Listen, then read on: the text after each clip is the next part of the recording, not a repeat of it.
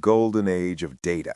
We have a constellation of satellites monitoring every cloud movement, supercomputers processing trillions of data points per second, and AI models that can predict a storm before the first raindrop even hits the pavement. And yet, every February 2nd, in a tiny town in Pennsylvania, we throw all of that into the trash.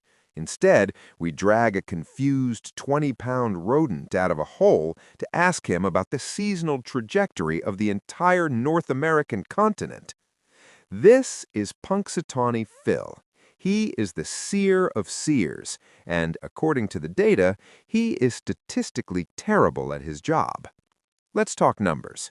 In the science of prediction, if you have a binary choice, like early spring versus 6 more weeks of winter, the probability of being right by random chance is p equals 0.5, or 50%.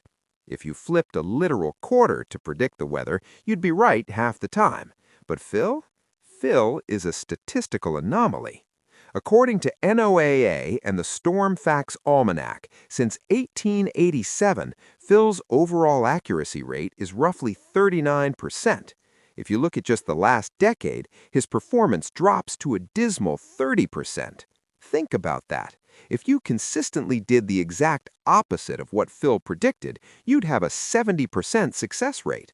Phil isn't just a bad guesser, he is a highly consistent inverse indicator. So, how did we get here? It turns out this isn't just a case of Pennsylvanians getting bored in the winter. This tradition is a cultural sediment deposit thousands of years in the making. It started with the Celtic festival of Imbolc, which later became Candlemas in the Christian tradition, marking the midpoint between the winter solstice and the spring equinox. German folklore added a twist. If a badger saw its shadow on Candlemas, it meant a second winter was coming. When German immigrants moved to Pennsylvania in the 1700s, they found a distinct lack of badgers. So they recruited a local replacement, Marmota monax, the groundhog, also known as the whistle pig. In 1887, a local newspaper editor with a talent for marketing officially branded Phil as the nation's one and only weather forecasting groundhog, and the media circus at Gobbler's Knob was born. But here is the scientific reality. Phil is fighting a losing battle. First off, early spring isn't even a technical meteorological term. Astronomically, spring always starts around March 20th. That's nearly 7 weeks after Groundhog Day. So technically, Phil's 6 more weeks of winter prediction is almost always correct in a literal sense. However, NOAA grades him based on actual temperatures. Predicting the weather for the entire contiguous U.S. is a fool's errand. Florida can be 80 degrees while Maine is under a blizzard. By offering a single national forecast, Phil is scientifically destined to be wrong for at least half the country at any given time. If you're going to trust a rodent, Phil is actually the worst choice on the market. NOAA ranks Phil near the bottom of their prognosticator list. The current GOAT of weather rodents is Staten Island Chuck, Charles G. Hogg from the Staten Island Zoo. Chuck boasts an 85% accuracy rate. Even a bronze statue of a prairie dog in Wyoming named Lander Lil has a better track record than Phil, sitting at a cool 75%. If the data is so bad, why do 40,000 people still show up to a frozen hill at dawn?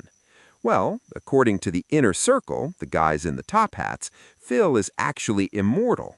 They claim he's been making predictions since 1887, thanks to a secret elixir of life he drinks every summer. Since wild groundhogs only live about 6 years, this is a level of commitment to a BIP that would make a method actor weep. But the real reason is psychological. We suffer from confirmation bias. We desperately want winter to end, so we remember the times he was right and forget the 60% of the time he was wrong. Also, it's a massive economic engine. Groundhog Day brings over $1 million annually to Punxsutawney, a town where 40% of children live in poverty. For them, Phil is a 100% accurate profit-generating machine. At the end of the day, Punxsutawney Phil is a terrible weatherman, but a brilliant cultural icon.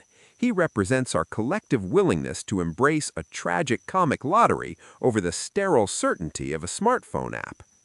We don't go to Gobbler's Knob for meteorological accuracy. We go for the narrative pause, a brief moment of shared human silliness in the middle of a long, dark February. Phil is the seer of seers, not because he can see the future, but because he gives us something to talk about while we wait for the sun to come back. So what about you? Are you team science, or are you sticking with the 139-year-old rodent and his secret elixir? Let us know in the comments. And if you want to avoid being stuck in a time loop, make sure to hit that subscribe button. I'll see you next time.